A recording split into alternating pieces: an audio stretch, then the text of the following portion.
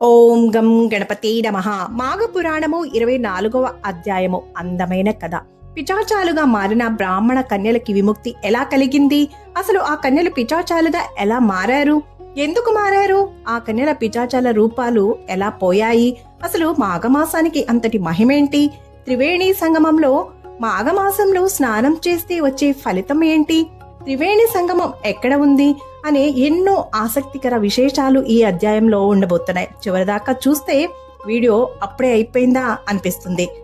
చాలా ఇంట్రెస్టింగ్ గా ఉండబోతుంది. వీడియో చూసి లైక్ చేసి 10 మందికి షేర్ చేసి ఛానల్ని సబ్స్క్రైబ్ చేసుకోకపోతే సబ్స్క్రైబ్ చేసుకుని బెల్ని యాక్టివ్లో పెట్టుకుని ఆల్ అనే ఆప్షన్లో పెట్టుకోండి.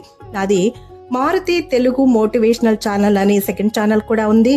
దాని లింక్ డిస్క్రిప్షన్లో ఇస్తాను. దాన్ని కూడా సబ్స్క్రైబ్ చేసుకొని ప్లీజ్ సపోర్ట్ చేయండి. Welcome back to Anu devotional voice. నేను మీ అను. పూర్వము మగధ రాజ్యంలో పౌరోహిత్యం చేసుకుంటూ జీవనం గడుపుకునే బ్రాహ్మణునికి 4 కుమార్తెలు ఉండేవారు. వారు నవయవ్వన లావణ్య సౌందర్యంతో వెలిగిపోతూ ఉండేవారు.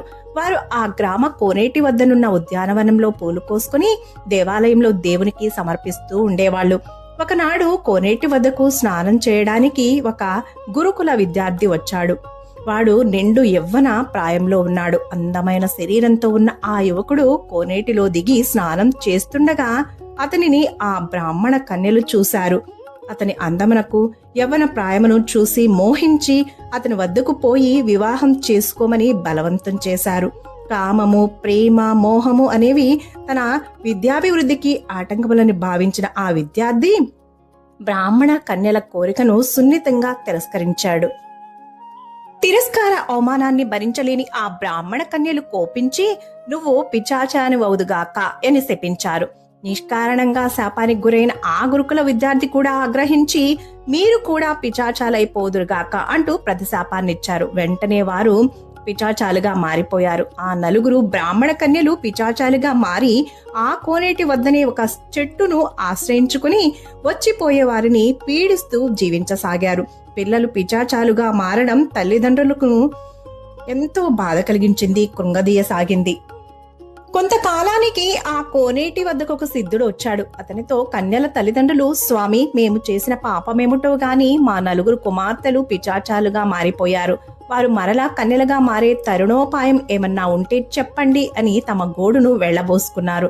అప్పుడు ఆ సిద్ధుడు, ఓ బ్రాహ్మణోత్తమ, పిచాచాల రూపంలోనున్న మీ 4 కుమార్తెలను మాఘమాసంలో గయలోనున్న త్రివేణి సంగమంలో స్నానం చేయించుము. వారు 4 శాప విముక్తులు కాగలరు. వారి పిచాచ రూపములు పోయి మరలా కన్యలుగా మారగలరు అంటూ సలహా ఇచ్చాడు. పురోహితుడు పిచాచ రూపంలోనున్న 4 కుమార్తెలను వెంట తీసుకుని మాఘమాసమందొక మంచి ముహూర్తమును చూసుకుని త్రివేణి సంగమంలో స్నానం చేయించి విష్ణుదేవుని ప్రీత్యర్థం ప్రత్యేక పూజలు చేయించాడు. వెంటనే 4 తమ పిచాచ రూపమును వదిలి యథాప్రకారంగా 4 కన్యలుగా మారిపోయారు. తల్లిదండ్రులు ఎంతో సంతోషించారు. కన్యలు కూడా సత్ప్రవర్తన పరులై మెలగసాగారు. కావున మాఘమాసమునకు విశేష మహిమ కలదు అని మనందరం కూడా గ్రహించాలి.